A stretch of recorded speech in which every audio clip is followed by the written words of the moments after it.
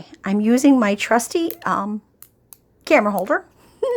And I figured I would show you a little way to put the needles, the yarn back on the needles. First off, I have a big needle and I have a small needle. One's a 10, one's a 9, just so you can see it. A little bit different. It's always good to use a little smaller needle. Yarn's on, which I just knitted this right now just so I could show you. I just knitted so you can see it. There is a simple edge. It's stockinette across the front, and then it's knit on the first and last stitch on the back side, just so I can make the needles, the stitches twitch around. The stitches twist around. Also, I'm just going to warn you, you may see some visitors in the background. They're really intrigued by what I'm doing.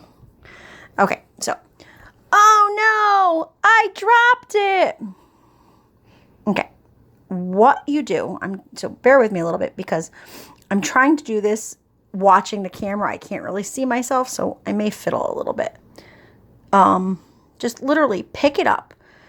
And if you have a double-edged needle, it works a little bit better, double-sided, because that way you don't have to worry about what end of the yarn is on, because if the yarn is on the wrong end, if you put it in the side where it fell off, you're going to have to go back and tink through and put it on every stitch again, which is a pain in the ass, and you don't really want to do that. So go to the back side and literally just take the smaller needle and pick up every single stitch. Just slide it back onto the needle.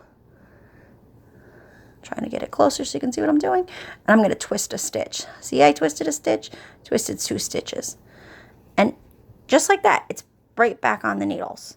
Simple, easy peasy.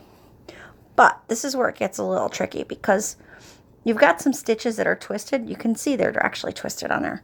Like that one right there. It's not laying correctly, so it's a little funky. So you're going to have to fiddle with it when you get it back, when you do your first row. Just knit.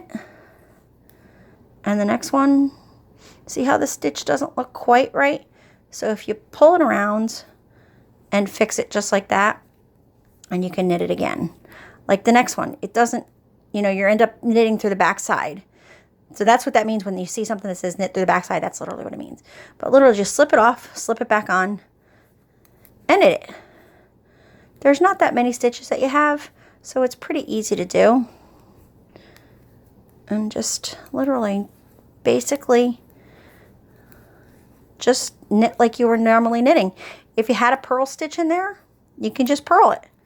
I'm just going to purl that one because it needs to be purled now. Oh, those 2 needed to be purled. Sorry. But that's literally all you do. It's so easy, so simple. And you get it right back on the needle, just the way it was. You didn't lose anything. You didn't break anything. Nothing is lost.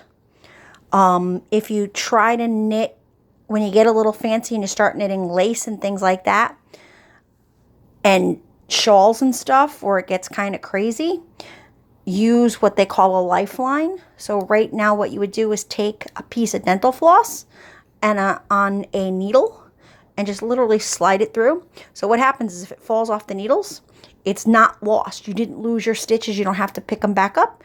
You just literally take that one stitch and knit off the lifeline if you fall back, if you happen to make a mistake or do something like that. It's a wonderful thing. If you have any other questions, just holler. I'm always around. Okay, I hope that helped. Bye.